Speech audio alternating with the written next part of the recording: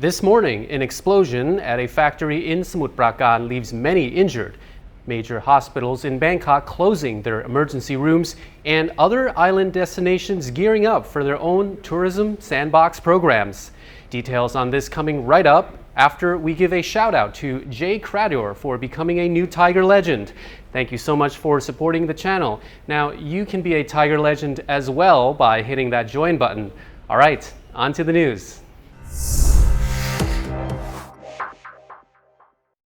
This morning, a plastics factory exploded in Samut Prakan, a province just southeast of central Bangkok. There were many injuries reported. The Mingdi polystyrene factory caught fire around 3 a.m. Witnesses report hearing multiple explosions in the area.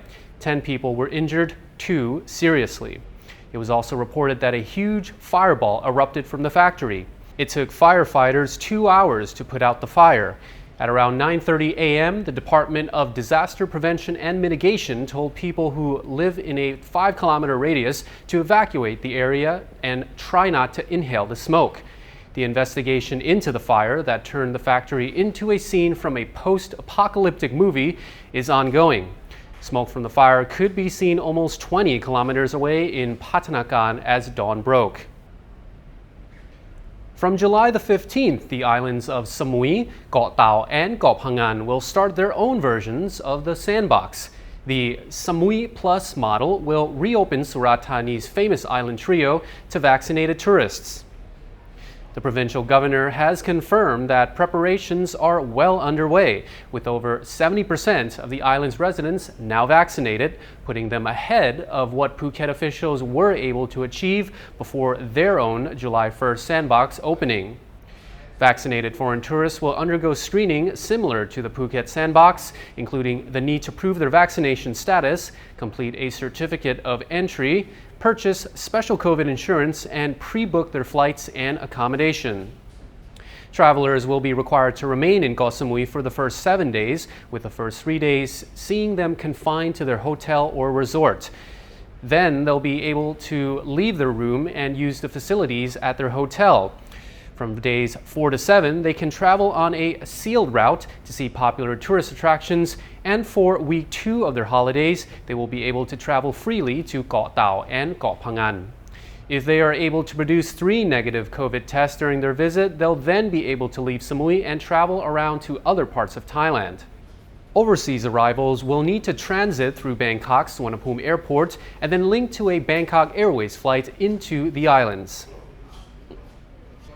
Phuket Sandbox is only 5 days old, but we could have predicted this would have been a story sooner or later.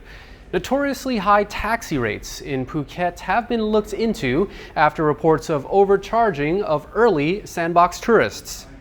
Phuket's governor says he ordered local authorities to review claims of overpriced rides, but said he found the rates are appropriately priced.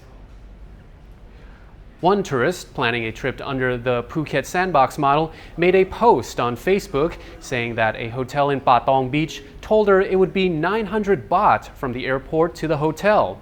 She had stayed at the hotel several times in the past and says she never had to pay that much. From Phuket International Airport to Patong, a sandbox tourist can pay 600 to 1,050 for a ride. Passengers are meant to be able to choose a meter taxi, but the meters rarely work, of course, and fixed overpriced rides have been the norm. The Facebook discussion gained national media attention when the Phuket Professional Tourist Guide Vice President shared screenshots of the post and said the tourists are, quote, "They are the stars who will advertise tourism in Phuket for free. Let's not let ourselves down with the same bad habits." Even with prices ranging from 600 baht and up, Phuket taxi fares have always been notoriously 3 times the price of Bangkok taxi fares. Efforts by successive governors, police, and even the army following the 2014 coup have failed to tamper the local taxi mafia on the island. The cabal has ruled Phuket's transport system for decades and stymied many efforts for alternative transport options for Phuketians and visitors. Siriraj Hospital in Bangkok has announced that it has to temporarily close its emergency room until further notice, as there are now more patients than there is spaces available.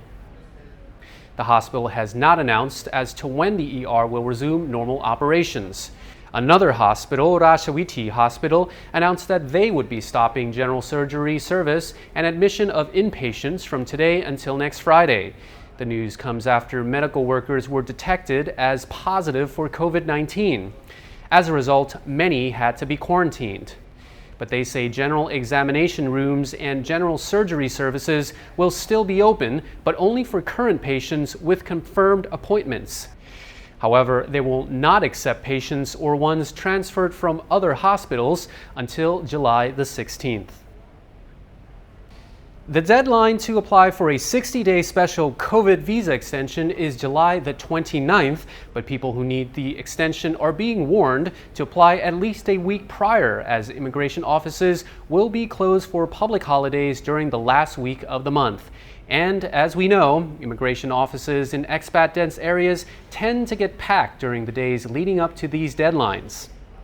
The Thai government, under its emergency decree, came up with these visa extensions for people stuck in Thailand for whatever reason, but they're not automatic.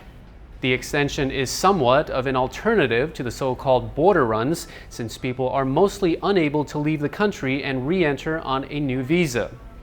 The extension costs 1,900 baht and can be granted if a foreigner cannot return to their home country due to the COVID-19 pandemic.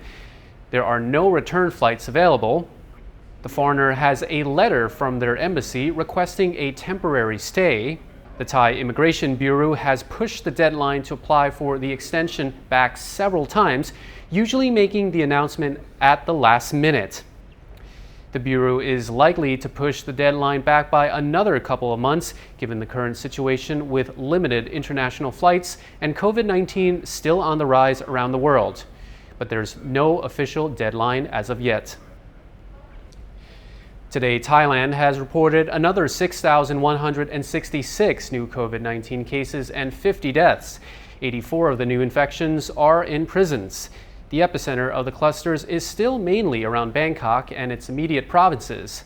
The trend in cases, comparing 7-day averages, is still in an upward trajectory. So what did I do this weekend? Well, apart from wondering whether my vaccination appointment would get postponed, I went to 2 parks over the weekend that I hadn't been to in years. There's Raman 9 Park east of Bangkok, which has an Italian, British, and Japanese-themed garden zone, and then Jatuchak Park, which is actually 3 parks grouped together to form a massive green oasis in the middle of the city. I also got myself an extremely fancy audio system because if I'm going to remain in lockdown, I may as well be with great sounding music. Anyway, the point of all this is that we all try to find a silver lining during hard times, and this third wave has made me go to parks more often and discover how great music can really sound. So I hope that you also are able to reconnect with the simple pleasures that give you joy during these very confusing times. And as always, we at the Thaiger will be here to give you daily updates on what's going on, so be sure to subscribe to the channel and turn that notification bell on. Thank you so much for watching, and Sawadee krap.